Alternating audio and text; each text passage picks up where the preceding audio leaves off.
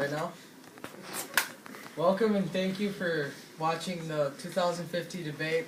We'll begin with Mrs. Pavelka. Do you support building the Keystone oil pipeline? I think that currently, because of such low oil prices, right now it's not a good choice. But we should look at it in case we need it.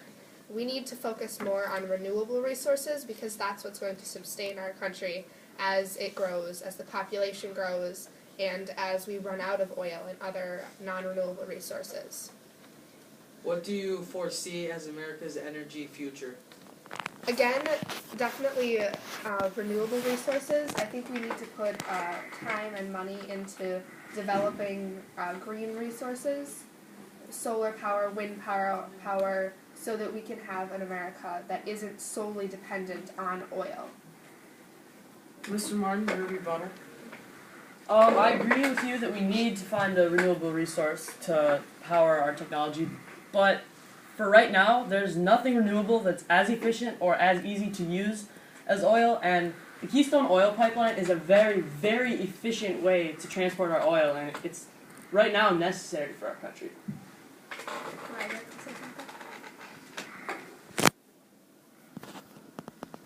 Next question.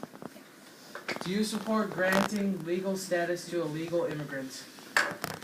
When these people came here, they did something wrong, and we can't just turn a blind eye to that. We have to remember that they were doing something illegal.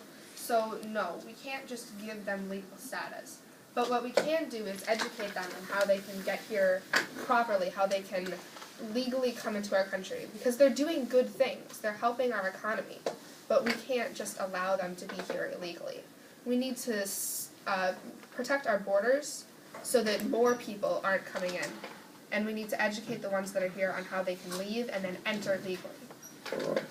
What is your plan to address illegal immigration in America? I think that we should definitely put priorities on the borders because that's where they're coming in, and we don't want to continue to have this problem. We need to make sure that we're stopping it so that more people aren't coming in. Mr. Martin. We do need to strengthen the border, but we can't allow these people to stay in America because they're illegal immigrants. Why do you think they're called illegal immigrants? Because they're doing something wrong and they're committing a federal crime. It's basically like saying someone that committed fraud, as long as they have a job and they're being productive, well, we'll just let them slide because they're being productive. Or an identity thief, they have a job and they're being productive, so we're just going to let them slide. That's basically what's happening. Okay, ask Nate the next question first. What's the best way to offer health care to everyone in this country? Not Obamacare. Obamacare can force someone to take worse health care than their job already provides, so we don't want that. I think that affordable health care should only be available to people who have $2,500 or less for employer contribution for health care.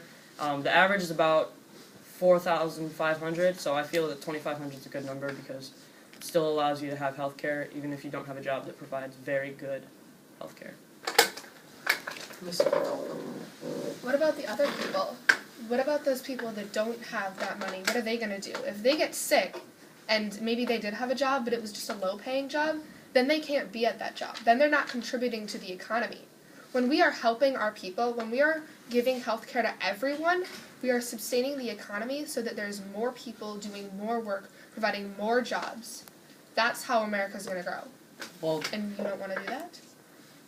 people above $2,500 already have enough health care to provide for what they need to get hurt, so What about the people below it?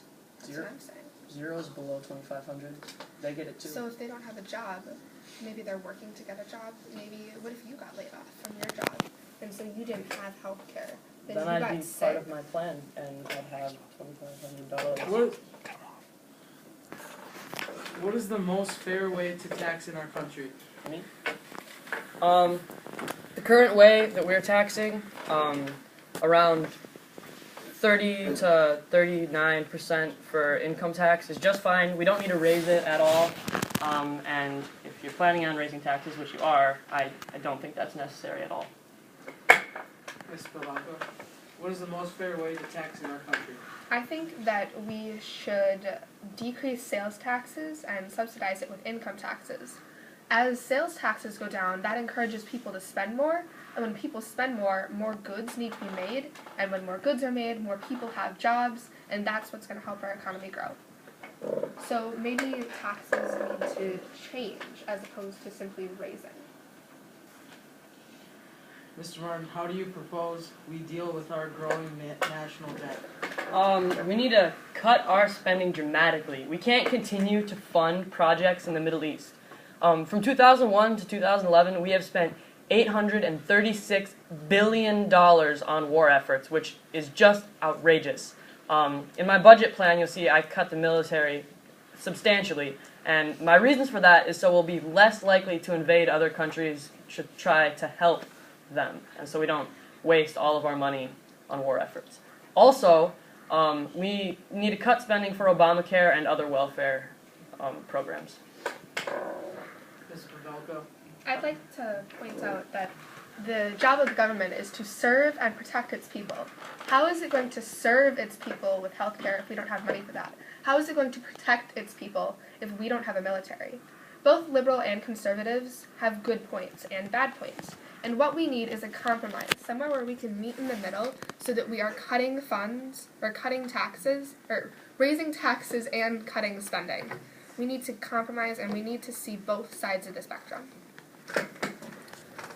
Mr. Martin, what should the president do to handle the situation in Iraq and Syria and curb the ISIS threat? I do not, as I said earlier, I do not like all this funding on war.